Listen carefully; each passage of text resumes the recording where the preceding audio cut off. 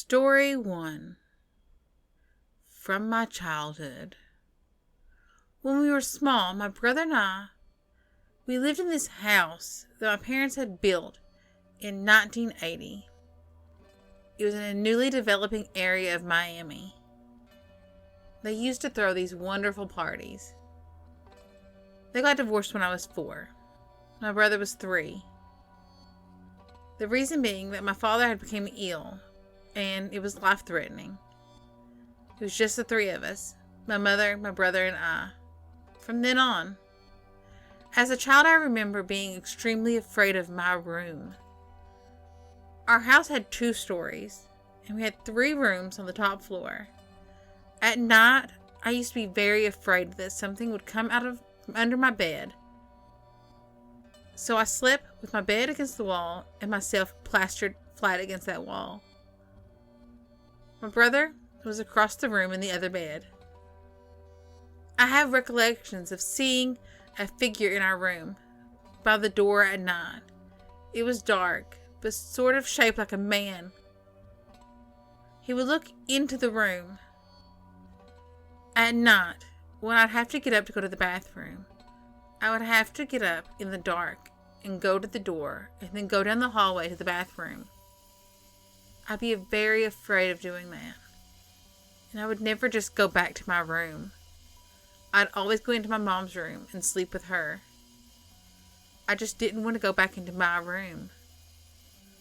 Almost every night, she would have to sit in our room until we fell asleep. As soon as she left, I would wake up, cover my head with my sheets, and be terrified.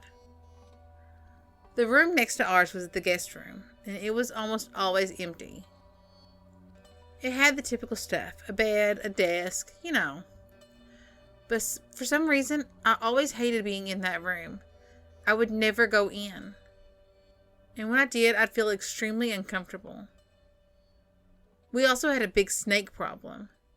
Since our house was in a newly developed area, huge snakes would come into the garage and onto the back porch. My mother would always get rid of them because she was afraid they'd reproduce or bite us. Another time, our dog started barking like crazy during the day at a tree in the empty lot next door. We went outside to check, but couldn't find anything to make the dog bark like that. We're adults now, and my brother and I recently talked about all the things in our room. He told me that he would also see figures in our room. He said that it came out of our closet, and sometimes they would touch his face. So he'd cover his face with his sheets. They didn't seem harmful or anything. They never hurt us, just disturbed us. He said it was always coming from the closet. Always. I got sick when we lived in that house and stopped walking for a few years. I developed a muscular deficiency. My mother tried to sell that house for 2 years. People would come in and turn around and leave right then. She had a secretary who would never go past the living room for some reason. My mother, she never saw or felt anything in that house. In 92, we were hiding under the stairs, waiting for a hurricane to pass.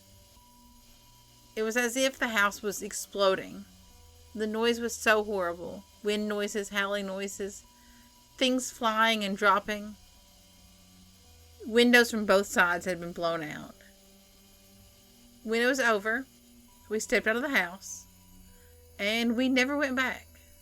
After the storm, however, my mother found many strange things on top of the cabinets after they fell down. They were sort of herbs tied with colored ribbons, and various other things. She had no idea who put them there. A few years back, however, she found 3 huge nails under her statue of baby Jesus. After the hurricane, one of our relatives bought the house and decided to rebuild it. A few months later, he started having marital problems, and he called my mom to ask her why the house always smelled like burning candles.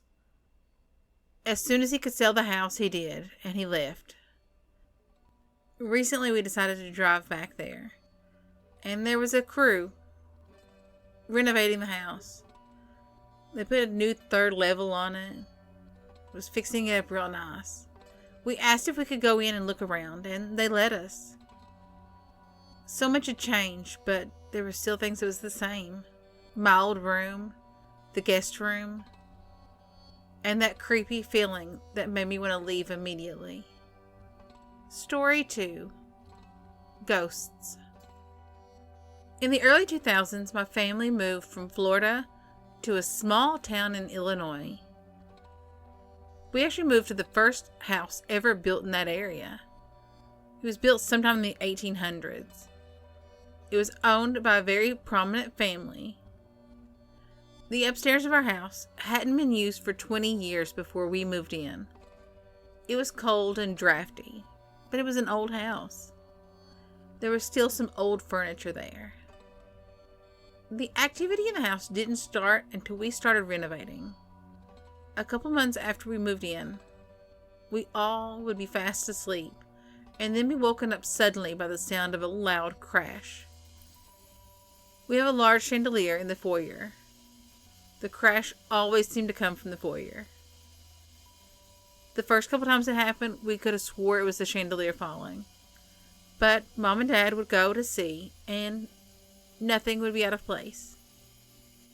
That went on for weeks. One day I was alone in the house, after about a year of us living there. It's very big and very dark at night. I was watching TV in part of the house when I started hearing whispering. Loud whispering of a man. I knew none of my family members were home, so who could be whispering? I called my dad, who said, "Just go see who it is." I kept him on the line, and I went into the front living room. The whispering started up on the second floor. Someone started pacing up there as well. I went upstairs, and there was no one there. But then I heard someone walking on the front porch. I turned on all the lights in the house. I cranked the TV up to the highest volume I could, and waited until somebody in my family got home. My dad doesn't believe me, but my mom does. About 6 months after we moved in, Mom was putting away laundry upstairs in one of the bedrooms when she heard a little girl call out for her mother. She turned around to see a little girl in clothing from the 1800s come skipping towards her, past Mom, into a rocking chair that was on the other side of the room. That's the only time we ever saw the little girl. There's a woman in the house too. She likes to pace. Around 11 p.m., she starts pacing. For about an hour, between the kitchen and the formal dining room, she paces. Around midnight, the man will start whispering, like clockwork. My bedroom is in the basement, and we have hardwood floors, so I pretty much hear everything. And recently, within the last couple months, there have been a new entity in the basement. My brother does leather work as a hobby, and he has his tools in the room next to my bedroom. Just before I go to bed, between 11 and 1 a.m., I hear banging like my brother is working on leather. I've even heard this spirit walk into my room and rustle papers, even shake my bed. It even sometimes just watches me. I don't like it when they just watch me. Story 3. Haunted House. My parents own a haunted house. It was their very first house as a young couple in a small town. We used to all share a bedroom. A one-bedroom house for 4 people. You could tell our excitement when we finally got this house. It was big and had 4 bedrooms, a large backyard, a kitchen, a living room. When I was 6 or 7, till this day, I can feel the feelings when I first walked into this house. It felt like something was in the house, like someone was staring at me. The first night we slept there, I had the big room in the middle of the house. Directly outside my door was the entry to the kitchen. To the left, you got to the bathroom and my parents' bedroom. To my right was my older brother's bedroom. He always closed his door. My experiences started off with scary dreams, like me getting killed by people. After about a month, I started hearing noises and not wanting to go into the kitchen. I cried one time, telling my parents that I don't want to go in there. At night was always the worst, and I would make them go in there and get me whatever I wanted out of the kitchen. My mom told me just to keep the door open and go on in. My mom even said, just shut your eyes, run in there, and then turn on all the lights. But I could even see them with my eyes shut. So then it went from the kitchen and noises to being in the bathroom. At any time of day, mostly night and midday, I would go into the restroom, close the door. On the back of the door there was a mirror, and I would see 3 faces in the mirror, all male, staring at me, laughing, pointing. So after a while, I would leave the door open to the bathroom. Till this day, I still do that. I'm uncomfortable with the door shut. After a while, I experienced strange feelings. The dog started barking at night, like crazy. The bathroom faucet started turning itself on, and the toilet started flushing at random times throughout the night. The light would turn on and turn off, all by itself. One night I woke up, scared from a bad dream. I had a nightlight on, but I was still scared. I curled up in my bed. I could hear sand dripping through an hourglass, and I could hear footsteps getting closer. I could hear the clock ticking. And then I heard banging so loud in the kitchen, and the footsteps got louder and louder. I was so scared I pulled the covers up over my head, shaking. And then I heard a voice say, "Stop being scared. Just look and it'll be gone." I heard the knob on my door turn. The door opens. I tear the covers off my face, and I see a lady draped in a white lace gown, standing in the doorway, looking at me. As she reached towards me, her hand extended, I stood up and screamed for my mom. But my mom didn't come. I screamed again for my dad, and he ran in the room. I told them what happened, and they searched the whole house and the grounds outside. But there was no one there. Of course there wasn't. She was a ghost.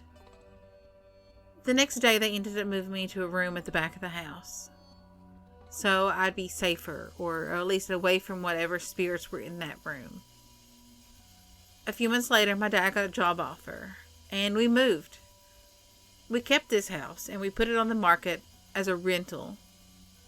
The people that moved in there, one of them ended up moving out after 1 month because he said that he kept seeing and hearing things and saw someone in his room. Later, my brother moved in the house, renting it from my parents. He only stayed a couple months. He said, "I just heard a lot of weird noises. Things started moving."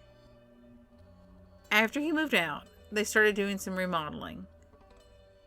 And it's not finished yet. They say that it's always one thing after another, and they can never finish the projects. But I think it's the spirits making the house take so long to remodel. Story 4. Movie theaters. My husband and I and our 3 kids used to own and operate a movie theater. And it had a ghost. Harry the ghost, who we believed was the original owner. He was quite the prankster. He would pump the butter from the butter machine, move the clamps for the movie prints, and often show up as a shadow. He was such a nice man. and a nice ghost, not scary or mean. Although he did like teasing me while I was cleaning up at night. He would flip down the seats where I had just cleaned, and then flip them back up. I once yelled at him, and he chuckled. Yes, I heard him chuckle. The creepiest place was down in the basement, where the band used to be. The rumor was that there used to be illegal poker games down there, and it was an unwelcoming area to say the least. No one on the staff liked to go down there for supplies. We literally raised our children in this movie theater. We had a child, and he sadly passed away at 5 months. But when he was alive, he spent a lot of time in my husband's office or in the ticket booth with me. Everyone knew us and our kids. And when he passed away, our town grieved with us. About a year after he passed, my husband was up in his office, and he heard a baby cry.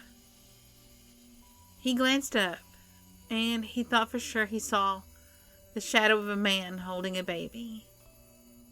We like to think that it's Harry, our ghost, comforting and holding our son who left us way too soon.